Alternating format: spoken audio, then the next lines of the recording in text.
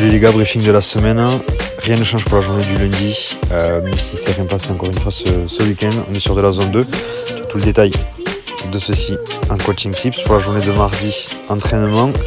Pour la journée de mercredi, on reste sur notre partie cardio explo. Donc il y a deux parties qui ont changé, l'activation et l'accessory. Donc tu commences par ton warm-up. Ton activation, tu as la vidéo juste dessus pour pouvoir la réaliser.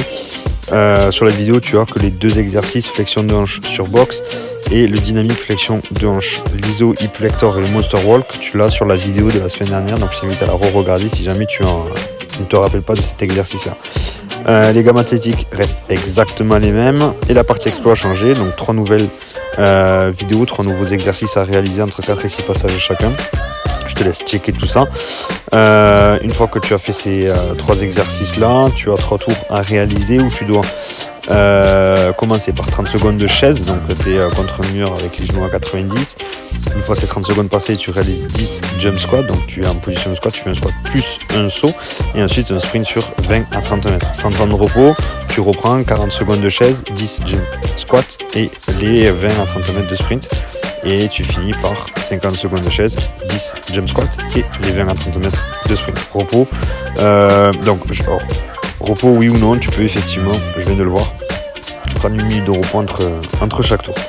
La partie accessory pareil qui a changé, tu as la vidéo juste au-dessus, je te laisse la checker. Sinon tu as tous les détails en coaching. C'est pour la journée de jeudi, entraînement, rien ne change. Et pour la journée de vendredi, toujours ton WOD au poids du corps et ton WOD avec matos. Donc le WOD au poids du corps, c'est un 4 time, donc tu dois réaliser le bloc le plus rapidement possible. L'objectif étant de réaliser 100 sit-up, donc c'est le mouvement abdominaux. Tu as la vidéo en coaching tips et en gros l'idée c'est que toutes les 20 répétitions, donc tous les 20 sit-up, tu dois réaliser 5 burpees, 5 push-ups, 5 air squats avant de continuer ta série de sit-up. Et le WOD s'arrête quand tu es à 100 répétitions. Tu récupères 2 minutes, 3 tours de 50 jumping jack, 30 walking lunge. Tu as les vidéos en coaching tips également. Tu récupères 2 minutes et tu finis avec un max time plank, c'est-à-dire un maximum de temps en position de planche. Partie WOD avec matos, c'est un complexe, donc every 1 minute 15, donc toutes les 1 minute 15, tu dois réaliser 5 dumbbell thrusters côté gauche, 5 dumbbell push press, 5 dumbbell thruster côté droit. Et dans le temps récent, donc pour finir ces 1 minute 15, tu dois aller chercher un maximum de calories au rameur. Les 1 minute 15 sont écoulées, tu t'arrêtes, tu reprends le 5-5-5 avant de remonter sur ton rameur. L'idée c'est que tu te fixes un objectif 1, 40 calories, objectif 2, 60 calories, à toi de voir ce que tu veux faire et ton WOD s'arrête quand tu as atteint ce nombre de calories là. Tu as toutes les vidéos en coaching tips concernant les blocs mouvements. Tu te reposes 3 minutes et ensuite tu finis avec 4 tours de 10 KB swing et 5 block jumps over.